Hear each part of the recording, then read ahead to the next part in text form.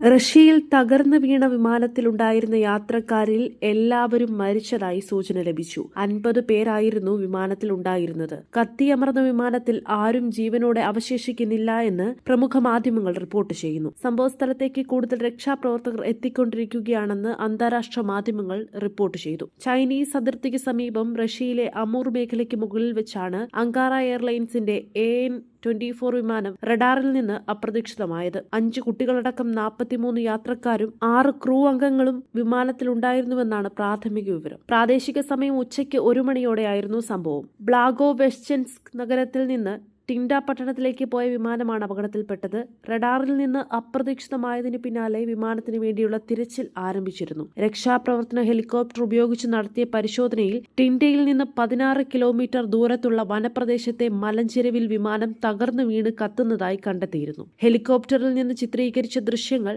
സമൂഹ മാധ്യമങ്ങളിൽ പ്രചരിക്കുന്നുണ്ട്. കാടിനുള്ളിൽ കത്തിയമരുന്ന വിമാനാവശിഷ്ടങ്ങളും ദൃശ്യങ്ങളിൽ കാണാം. ടിൻഡ വിമാനത്താവളത്തിലേക്ക് വീണ്ടും അടുക്കാൻ ശ്രമിച്ചതിന് പിന്നാലെയാണ് വിമാനം തകർന്നു വീണതെന്ന് റഷ്യയിലെ ഫാർ ഈസ്റ്റേൺ ട്രാൻസ്പോർട്ട് പ്രോസിക്യൂട്ടറുടെ ഓഫീസ് അറിയിച്ചതായി അന്താരാഷ്ട്ര മാധ്യമങ്ങൾ റിപ്പോർട്ട് ചെയ്തു. ടിൻഡ വിമാനത്താവളത്തിനടുത്ത് വിമാനം ചുറ്റിത്തിരിഞ്ഞുവെന്നും രണ്ടാമതും ലാൻഡിംഗിനായി ഇറങ്ങാൻ ശ്രമിച്ചുവെന്നും എന്നാൽ ഇതിന് പിന്നാലെ ആശയവിനിമയ ബന്ധം നഷ്ടപ്പെടുകയായിരുന്നുവെന്നും റിപ്പോർട്ടിൽ പറയുന്നുണ്ട്. സംഭവത്തെക്കുറിച്ച് വിശദമായി അന്വേഷിച്ചു വരികയാണെന്നും റിപ്പോർട്ടിൽ പറയുന്നു. 25 പേരടങ്ങുന്ന 5 സംഘങ്ങളാണ് രക്ഷാപ്രവർത്തനം നടത്തുന്നത്. ആവശ്യമാണെങ്കിൽ കൂടുതൽ പേരെ രക്ഷാപ്രവർത്തനത്തിന് അയക്കുമെന്നും അതിനായി 4 ഹെലികോപ്റ്ററുകൾ സജ്ജമാണെന്നും പ്രതിരോധ വൃത്തങ്ങൾ അറിയിച്ചതായി റിപ്പോർട്ടിൽ പറയുന്നു. വനപ്രദേശമായതുകൊണ്ട് തന്നെ കൂടുതൽ പേർക്ക് സംഭവസ്ഥലത്ത് എത്തിപ്പെടുന്നതിന് പ്രതിസന്ധി സൃഷ്ടിക്കുന്നുവെന്ന് രക്ഷാപ്രവർത്തകർ പറയുന്നു. നിലവിൽ ഹെലികോപ്റ്റർ ഉപയോഗിച്ചുള്ള തിരച്ചിലും രക്ഷാപ്രവർത്തനവുമാണ് നടക്കുന്നത്. വിമാനാപകടവുമായി ബന്ധപ്പെട്ട് അങ്കാറ എയർലൈൻസ് ഇതുവരെ പ്രതികരിച്ചിട്ടില്ല.